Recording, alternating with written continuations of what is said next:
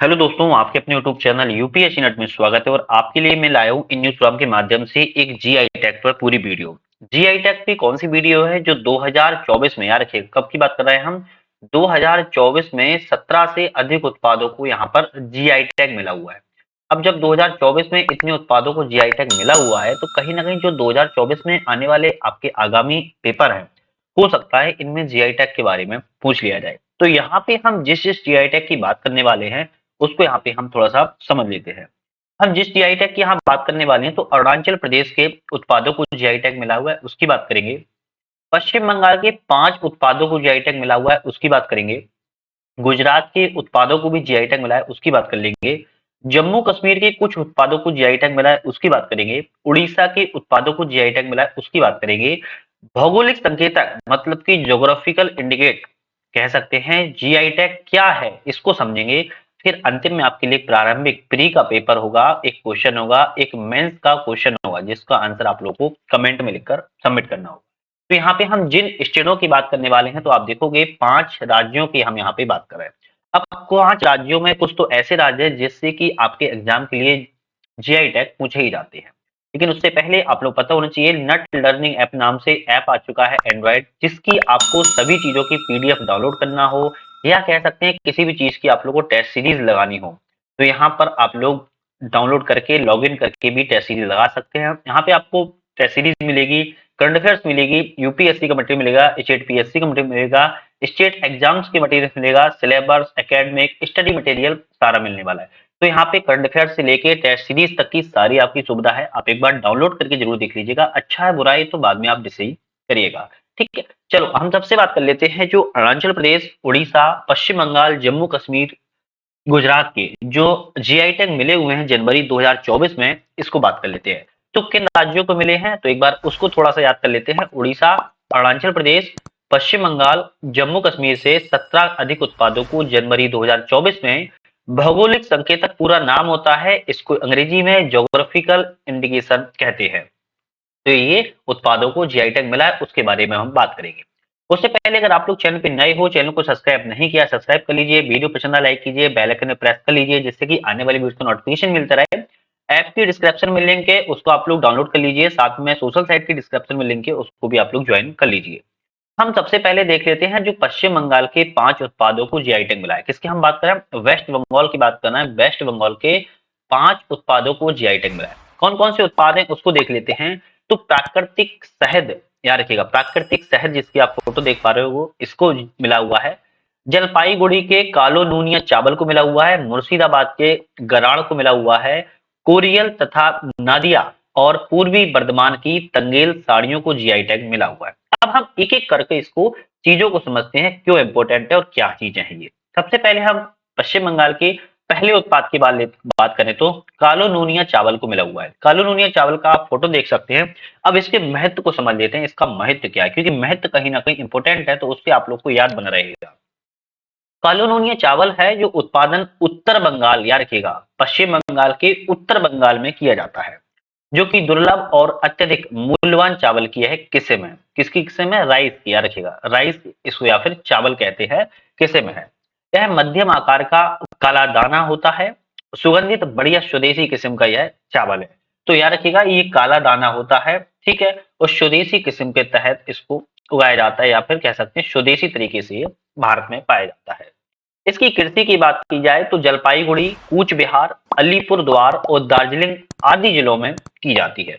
तो कालो चूनिया चावल के बारे में पहला जीआई टैग मिला है। दूसरी बात करते हैं सुंदरबन का, याद रखिएगा इसका सुंदरबन का प्राकृतिक शहद। तो ये शहद की फोटो देख सकते हो, शहद के बारे में समझते हैं। तो इस शहद को सुंदरबन से एकत्रित किया जाता है और जिसे मोबन, याद रखिए किस क्या कहा जाता है? मोबन भी कहा जाता है। तो इस शहद को मोबन के नाम से भी जाना जाता है। इस शहद को सुंदरबन के मूली निवासियों के द्वारा इकट्ठा किया जाता है। अगर एग्जाम में आता है कि मोबन को किस निवासियों के द्वारा इकट्ठा किया जाता है तो आप बता सकते हैं मूली निवासियों के द्वारा इसको इकट्ठा किया जाता है। इस शहद में कई औषधीय गुण पाए जाते हैं जो कि कोशिका की सुरक्षा में मदद करते हैं। तो याद रखिएगा इस ये शहद ऐसा वैसा शहद नहीं है, इसमें इस तरीके से औषधीय गुण पाए जाते हैं जो कि शरीर की कोशिकाएं होती हैं उसको भी यह सिक्योरिटी कह सकते हैं, सुरक्षा प्रदान करते हैं। इस शहद को इकट्ठा करते समय मधुमक्खियों को बिना नुकसान पहुंचाए शहद इकट्ठा किया जाता है, इसीलिए तो इसको जीआई टैग मिला हुआ है। और अलग ही सुगंध और औषधि गुणों के कारण इसको सुंदरबन का प्राकृतिक शहद जीआई टैग मिला हुआ है। तीसरी बात करते हैं पश्चिम बंगाल की तांगेड़ साड़ी। क्या है तांगेड़ साड़ी? ये भी वेस्ट बंगाल से संबंधित है, क्योंकि पश्चिम बंगाल के 5 उत्पादों को मिला है और हम 2 उत्पादों की बात कर चुके हैं, तीसरे उत्पाद की बात कर रहे हैं तांगेड़ साड़ी। तांगेड़ साड़ी की फोटो आप देख सकते हो। अगर बात करें इसका निर्माण तो पश्चिम बंगाल कहाँ पे? नादिया और पूर्वी बर्धमान में किया जाता है, याद रखिएगा नादिया में किया जाता है। और इसका निर्माण जो दूसरा है वो दूसरी जगह है पूर्वी बर्धमान में भी किया जाता है। अगर आप लोग पढ़ा होगा आप लोगों ने मॉडर्न हिस्ट्री को, तो बर्धमान वगैरह नादिया के आप लोग नाम सुने होंगे। पश्चिम बंगाल की नादिया और पूर्वी बर्धमान में इसका निर्माण किया जाता है। इस साड़ी में रंगीन धागों का उपयोग किया जाता है और आकर्षक डिजाइन के रूप में बनाया जाता है। यह जामदानी सूती कपड़े की तरह ही होती है, याद रखिएगा। तो जामदानी सूती कपड़ा कहाँ मिलता है ये आप लोग कमेंट करके बताइएगा, ठीक है। तो जामदानी सूती कपड़े के बारे में कमेंट करके आप मुझे बताइएगा। मैंने आपको बताया जामदानी सूती कपड़े की तरह ही ये भी पाया जाता है। रंगीन धागों से इस पर आकर्षक डिजाइन की जाती है, जिसके कारण इसको जीआई टैग मिला हुआ है। तो तांगेड़ साड़ी। नेक्स्ट हम बात करते हैं कोरियल साड़ी। कौन सी है? कोरियल साड़ी की बात करते हैं। पश्चिम बंगाल का ये चौथा जीआई टैग है। कोरियल साड़ी की डिजाइन देख सकते हैं। कोरियल साड़ी या फिर इसको गराड़ साड़ी का उत्पादन पश्चिम बंगाल के मुर्शिदाबाद, यार रखिएगा शहर का नाम मुर्शिदाबाद और बीरभूम जिले में किया जाता है। सफेद या क्रीम रंग की रेशम की साड़ी होती है। इस साड़ी के बॉर्डर और पल्लू सोने व चांदी के रंग के होते हैं। ध्यान रखिएगा जो इसका बॉर्डर और पल्लू होता है वो सोना और चांदी के रंग के हो सकते हैं। सोना और चांदी के रंग के हो सकते हैं, सोना चांदी नहीं होता है, रंग के होते हैं। जिसमें बनारसी साड़ियों की तरह ही विशेषता पाई जाती है। तो यहाँ पे कोरियल साड़ी में देखोगे तो बनारसी साड़ी की तरह विशेषता है, तांगेड़ साड़ी में देखोगे तो जामदानी सूती साड़ी की तरह यहाँ पे तरह दिखती है। नेक्स्ट है गारत साड़ी, याद रखिएगा पश्चिम बंगाल का 5वां जीआई टैग और अंतिम जीआई टैग की बात करते हैं। पश्चिम बंगाल की गारत साड़ी और इसके बाद हम बात करेंगे गुजरात की, ठीक है। तो पश्चिम बंगाल की जो गारत साड़ी है ये रेशम की साड़ी सफेद या फिर मटमैले रंग की होती है, याद रखिएगा। फोटो देख सकते हो आप, या तो ये सफेद सी दिख रही होगी आपको या पूरी तरह से सफेद ना होकर ये मटमैले रंग की भी नजर आती है, ठीक है। इस साड़ी रंग और एक धारीदार पल्लू भी होता है। इस साड़ी में रंग से एक धारीदार पल्लू भी पाया जाता है। इस साड़ी का उपयोग की बात की जाए तो पूजा पाठों में किया जाता है, धार्मिक अनुष्ठानों में पहनने के लिए इसका उपयोग किया जाता है। तो पश्चिम बंगाल के जो जीआई टैग है यहाँ पे मैंने 5 जीआई टैग की बात की है। गारत साड़ी, कोरियल साड़ी, तांगेड़ साड़ी, सुंदरबन का प्राकृतिक शहद और कानूनिया चावल। तो ये पश्चिम बंगाल के आप लोग ने नोट कर लिए होंगे, नहीं किए हैं तो वीडियो दोबारा भी देख लेना, याद हो जाएगा। नेक्स्ट हम बात करते हैं गुजरात के कच्छी खरेक की, याद रखिएगा किसकी बात कर रहे हैं हम? गुजरात का जो जीआई टैग मिला है कच्छी खरेक। कच्छी खरेक की फोटो देख सकते हो और इसके बारे में समझ लेते हैं। बेसिकली है क्या ये? तो बेसिकली एक खजूर की एक किस्म, याद रखिए किसकी? खजूर की किस्म, एक खजूर है। तो यह खजूर की एक किस्म है जिसका उत्पादन गुजरात के कहाँ पे किया जाता है? कच्छी नाम से आपको प्रतीत हो रहा, कच्छ क्षेत्र में किया जाता है, याद रखिएगा कच्छी नाम से प्रतीत हो रहा है कि यह उत्पादन कच्छ क्षेत्र में किया जाता है। यह जो खजूर है नरम, स्वादिष्ट और प्राकृतिक मिठास के कारण इसको जीआई टैग मिला हुआ है। तो गुजरात का जो कच्छी खरेक एक तरीके से इसको कह सकते हैं खजूर है और खजूर की एक किस्म है। एक चीज और याद रखिएगा ये कच्छ जिले में पाया जाता है, वहां पे इसका उत्पादन किया जाता है। नरम, स्वादिष्ट और प्राकृतिक मिठास के कारण इसको जीआई टैग मिला हुआ है। इंपोर्टेंट है पश्चिम बंगाल, गुजरात, जम्मू कश्मीर की हम बात कर लेते हैं। जम्मू कश्मीर की बात करने से पहले आप लोगों को वीडियो पसंद आ रही होगी तो लाइक जरूर कर लीजिएगा, शेयर कीजिएगा फ्रेंड सर्कल में, मुझे मोटिवेशन मिलेगा और अच्छा लगेगा। कहीं ना कहीं अगर चैनल पे आप लोग नए हो तो सब्सक्राइब जरूर कर लीजिएगा। नट लर्निंग ऐप नाम से ऐप की डिस्क्रिप्शन में लिंक है, ऐप को भी डाउनलोड कर लीजिएगा जिससे कि आप लोग को वहां पे टेस्ट सीरीज वगैरह लगा सकते हैं, पीडीएफ डाउनलोड कर सकते हैं, उस चीज के लिए आप लोग को महत्वपूर्ण है। जम्मू कश्मीर का रामबन अनारदाना की बात करते हैं। कौन सा? रामबन अनारदाना को जीआई टैग मिला है, इसकी बात कर लेते हैं। सबसे पहले इसको ये समझते हैं कि स्थानीय रूप में इसे बोला क्या जाता है। तो स्थानीय रूप में अगर बात की जाए तो इसको धुरड़ी के नाम से जाना जाता है। किस नाम से? धुरड़ी के नाम से जाना जाता है। बेसिकली इसको रामबन का अनारदाना कहते हैं, लेकिन स्थानीय लोकल जो लैंग्वेज में इसको धुरड़ी के नाम से जाना जाता है। जैसे आपका एक स्कूल का नाम होता है कुछ, मान लो स्कूल का नाम आपका है ए और घर का नाम आपको होता है चिंटू मिंटू सोनू, तो इस तरीके से इसका भी स्थानीय नाम धुरड़ी है, लेकिन इसका जो ऑफिशियल नाम वो रामबन का अनारदाना के रूप में जाना जाता है। यह जम्मू और कश्मीर की पहाड़ी क्षेत्रों में लगभग 1000 से 2500 औसत ऊंचाई पर पाए जाने वाला एक महत्वपूर्ण पर्णपाती झाड़ी है। यार देखिए कौन सी झाड़ी है? ये इंपोर्टेंट एग्जाम में आ सकता है कि पूछा कौन सी झाड़ी है, तो पर्णपाती यह झाड़ी है। इसकी अगर ऊंचाई की बात की जाए तो 5 से 8 मीटर तक होती है।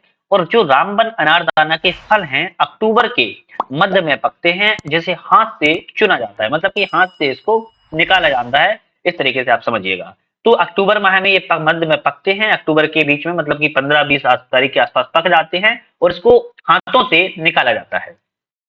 अब हम बात करते हैं अरुणाचल प्रदेश की, बहुत इंपॉर्टेंट है। और अरुणाचल प्रदेश के बाद बात करेंगे हम जीआई टैग के बारे में। तो अरुणाचल प्रदेश की अगर हम जीआई टैग के बारे में बात करें, बहुत इंपॉर्टेंट है क्योंकि एग्जाम में कई बार पूछे जाते हैं। अच्छा, आप लोग पता होगा कि एमपी के जितने भी जीआई टैग 2023 में मिले थे, मैंने उस पर स्पेसिफिक वीडियो बनाई थी। अगर आप लोगों ने नहीं देखी है तो एग्जाम के पर्पज से बहुत इंपॉर्टेंट है, डिस्क्रिप्शन में लिंक दे दूंगा, जरूर क्लिक करके देख लीजिएगा। एमपी के पूरे मध्य प्रदेश के जीआई टैग है, उसको जरूर एक बार रिवाइज कर लीजिएगा। ठीक है, अरुणाचल प्रदेश के जीआई टैग की बात करते हैं। आदि केक्कर, याद रखिएगा, पहला जीआई टैग है आदि केक्कर। क्या है? आदि केक्कर। अरुणाचल प्रदेश की अदरक की यह किस्म है। आदि केक्कर को नाम से आप समझिएगा, नाम पे मत जाइएगा, लेकिन आ मिला लीजिएगा, अदरक। याद रखिएगा, ये अदरक देख सकते हो आप, अदरक की एक किस्म है आदि केक्कर, जिसको हम कहते हैं। हस्त निर्मित कालीन जीआई टैग मिला हुआ है, तो हस्त निर्मित कालीन को आप देख सकते हो। नेक्स्ट मिला है वाचो लकड़ी के शिल्प। वाचो लकड़ी के शिल्प को आप ये देख सकते हो। तो यहाँ पे आदि केकरे जो अदरक की किस्म है, हस्त निर्मित कालीन जो हाथों से बनाई जाने वाली कालीन होती है, बाचो लकड़ी के शिल्प, जिससे कि आप यहाँ पे लकड़ी के शिल्प को देख सकते हो। लेकिन हम बाचो के बारे में थोड़ा समझते हैं। क्यों समझते हैं? क्योंकि ये थोड़ा सा इंपोर्टेंट है। तो बाचो लकड़ी के शिल्प को हम थोड़ा सा यहाँ पे समझने की कोशिश करते हैं।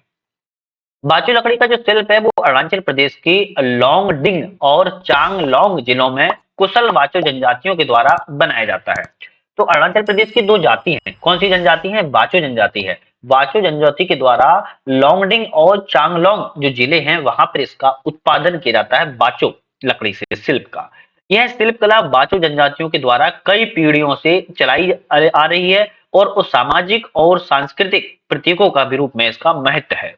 इसका उपयोग की बात की जाए तो ड्राइंग रूम में सजाने के लिए किया जाता है और उपहार के रूप में किसी को प्रदान करने के लिए जाता है। तो ड्राइंग रूम में अगर आपको सजाना है, बेडरूम में सजाना है, तो इसका उपयोग किया जाता है। साथ में किसी को उपहार देना है, वहां पर भी इसका उपयोग कर सकते हैं। तो याद रखिएगा, अरुणाचल प्रदेश में बाचू लकड़ी, आदि केकेर और हस्त निर्मित कालीन। जम्मू कश्मीर की बात की जाए तो रामबन का अनारदाना स्थानीय रूप में धुर्डी कहते हैं। गुजरात की बात की जाए तो खजूर की किस्म है कच्ची खरेक कहते हैं। वहीं पश्चिम बंगाल में 5 उत्पादों को मिला हुआ है, ये मैंने आप लोग को बता दिया है। अब हम बात करते हैं भौगोलिक संकेतक। जीआई टैग क्या है इसको समझ लेते हैं, थोड़ा मोटा मोटा समझ लेते हैं। मुझे पता है आप लोग पता है, फिर भी उसको रिवीजन के तौर पर इसको एक बार देख लेते हैं। सबसे पहले हम भौगोलिक संकेतक जीआई टैग की परिचय की बात कर लेते हैं, क्या है। तो इसका पूरा नाम भौगोलिक संकेतक जीआई टैग नाम है। ऐसा नाम या चिन्ह है जिसका उपयोग उन विशेष उत्पादों पर किया जाता है जो किसी विशिष्ट भौगोलिक स्थान या मूल से संबंधित होते हैं। कहा जा रहा है, मान लो अगर यहाँ पे ए बी सी डी 4 जगह के नाम है, ठीक है, एबीसीडी 4 जगह के नाम है। अगर मान लो कोई भी उत्पाद अगर सी क्षेत्र में उगता है और वह केवल सी क्षेत्र में ही उगता है, लेकिन अपनी विशिष्ट भौगोलिकता के कारण इसको सिर्फ और सिर्फ सी में ही पहचाना जाता है, तो इसको भौगोलिक संकेतक के रूप में स्थान। लेकिन इसमें कुछ विशेषताएं होती हैं। अगर खाने वाली चीज है तो इसमें खाने की बहुत अच्छी क्वालिटी होती है, विशेषता होती है, लेकिन ये पाया सिर्फ सी क्षेत्र में ही पाया जाएगा और किसी क्षेत्र में नहीं पाया जाता है। तो इसीलिए इसको भौगोलिक संकेतक के रूप में जाना जाता है। जीआई टैग सुनिश्चित करता है कि केवल अधिकृत उपयोगकर्ता और भौगोलिक क्षेत्र में रहने वाले लोगों को ही लोकप्रिय उत्पाद के नाम का उपयोग करने की अनुमति दी जाए। बात की जा रही है, अगर मैंने आपको एग्जांपल दिया है सी क्षेत्र का, तो सी क्षेत्र में अगर ये उत्पाद किया जा रहा है, किसी भी उत्पाद को किया जा रहा है, एक्स उत्पाद को किया जा रहा है, तो सिर्फ और सिर्फ वही के जो लोग हैं स्थानीय और वहीं के जो उपयोग करता है, सिर्फ उनको ही उस उत्पाद का नाम का यहाँ पे अनुमति दी जाती है। अदरवाइज किसी और क्षेत्र के नाम को अनुमति यहाँ पे नहीं प्रदान की जाती है। ऐसा नहीं है कोई भी फिर इसका नाम कर सकते। यह उत्पाद को दूसरों द्वारा नकल और अनुकरण किए जाने से भी बचाता है। वही बात की जा रही है कि दूसरे क्षेत्र के लोग इसका नाम का प्रयोग नहीं कर सकते हैं, उगा नहीं सकते, इस तरीके से इसको नकल और अनुकरण किए जाने से भी बचाता है, मतलब कि इसकी कॉपी नहीं की जा सकती है। एक पंजीकरण जीआई टैग 10 वर्षों के लिए वैध होता है। ये बहुत इंपॉर्टेंट है, एग्जाम में कभी कभी आता है कि जीआई टैग जो होता है वो एक बार देने के बाद कितने वर्षों के लिए वैधता होती है। तो याद रखिएगा, केवल 10 वर्षों के लिए वैध होता है, इसको फिर से रिन्यू कराना पड़ता है। जीआई पंजीकरण की देखरेख वाणिज्यिक एवं उद्योग मंत्रालय के द्वारा औद्योगिक और आंतरिक व्यापार संवर्धन विभाग, मतलब कि डीपीआईआईटी के द्वारा यहाँ पे द्वारा किया जाता है इसका। तो वाणिज्यिक एवं उद्योग मंत्रालय के अधीन एक उद्योग और आंतरिक व्यापार संवर्धन विभाग है, उसके द्वारा इसका पंजीकरण की देखरेख की जाती है। तो ये भी इंपॉर्टेंट है।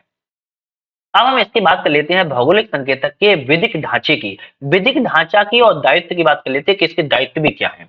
तो वस्तुओं का जो भौगोलिक उपदर्शन है, याद रखिएगा, वस्तुओं का जो भौगोलिक उपदर्शन है, कहने का तात्पर्य रजिस्ट्री और संरक्षण है। उस अधिनियम 1999, मतलब कि भौगोलिक उपदर्शन अधिनियम 1999 भारत में वस्तुओं से संबंधित भौगोलिक संकेतकों के पंजीकरण और बेहतर संरक्षण प्रदान करने के लिए प्रयास करता है। तो यहाँ पे जो नियम बनाया गया है वस्तुओं का भौगोलिक उपदर्शन रजिस्ट्री और संरक्षण अधिनियम 1999 के तहत इसका क्या किया जाता है, इसको वैधिकता प्रदान की जाती है। बौद्धिक संपदा अधिकार के व्यापार संबंधित पहलुओं, मतलब कि ट्रिप्स बात की जा रही है, किसकी बात की रही है, ट्रिप्स की बात की जा रही है कि ट्रिप्स पर WTO समझौते पर बेनियम और निर्देशित भी है, रेगुलेशन भी यहाँ पर लगा हुआ है बौद्धिक संपदा अधिकार ट्रिप्स पर भी, याद रखिएगा। तो WTO के तहत, ठीक है। अब यहाँ बात करते हैं क्वेश्चन की, बहुत इंपॉर्टेंट क्वेश्चन है जिसको 2018 में यूपीएससी में ऑलरेडी पूछा जा चुका है। किसमें पूछा जा चुका है, यूपीएससी 2018 में पूछा जा चुका है। क्वेश्चन क्या है उसको समझ लेते हैं, जिसका आंसर आपको कमेंट में देना होगा, याद रखिएगा, किसमें, कमेंट में देना होगा। इसके बाद आपको लेके मेंस का क्वेश्चन होगा जिसका आंसर भी आपको लिखना होगा। पहले हम पीटी के क्वेश्चन की बात करते हैं। भारत ने वस्तुओं के भौगोलिक संकेतक पंजीकरण संरक्षण अधिनियम 1999 को किसके दायित्वों का पालन करने के लिए अधिनियमित किया है। ये क्वेश्चन 2018 में आ चुका ऑलरेडी, तो इसको याद रखना है। आपको बताना है अंतरराष्ट्रीय श्रम संगठन, अंतरराष्ट्रीय मुद्रा कोष, व्यापार एवं विकास संयुक्त राष्ट्र सम्मेलन, विश्व व्यापार संगठन। तो चार ऑप्शन में कौन सा आंसर सही है आपको पढ़ के बताना है। एक क्वेश्चन की बात करते हैं जिसको क्या है इसका नाम, तो इसका नाम है मेंस का क्वेश्चन। ये किसका क्वेश्चन है, मेंस का क्वेश्चन है। जीआई टैग क्या है ये बताना है, फिर बताना है इससे होने वाले लाभों की व्याख्या कीजिए। तो इसका जो पूरा क्वेश्चन का आंसर है, याद रखिएगा, जो क्वेश्चन का पूरा आंसर है, चाहो तो आप इस जो वीडियो देखिए ऊपर उससे भी दे सकते हो। अगर आपको कुछ और पता है तो इसका उसमें पूरा सम्मिलित करते हुए 150 शब्दों में आप लोग यहाँ पर क्वेश्चन का आंसर लिख सकते हो। तो जीआई टैग क्या है, होने वाले लाभों की व्याख्या कीजिए, इसके बारे में जो बताएगा। तो आज के लिए इतना ही था। नेक्स्ट वीडियो फिर से बात करेंगे। वीडियो का बहुत बहुत धन्यवाद।